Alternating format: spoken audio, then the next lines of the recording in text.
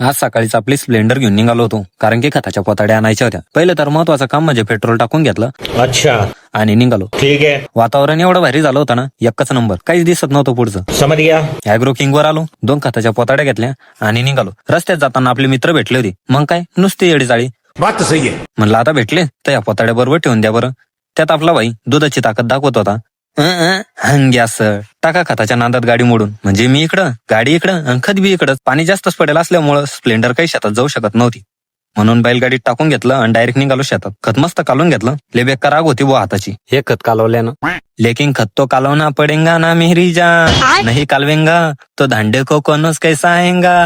नुसत्या एवढ्या एवढ्या लेंडोरा दिसेंगा ना, हा मेरी जान. पूर्ण ओला झाला होतो भाऊ, आणि त्यात आपला मोबाईल बी ओला झाला होता. सगळंच ब्लर दिसत होतं. कसं आहे बाहुली हे सा खताचा बाच कसा मक्कातून घेऊन चाललासा. मक्काचं काम लय खराब आहे भाऊ. तळपायापासून तर डोक्याला भरतं आणि वरून अंगाली खाजू येते. डोकं डायरेक्ट हँग होतं.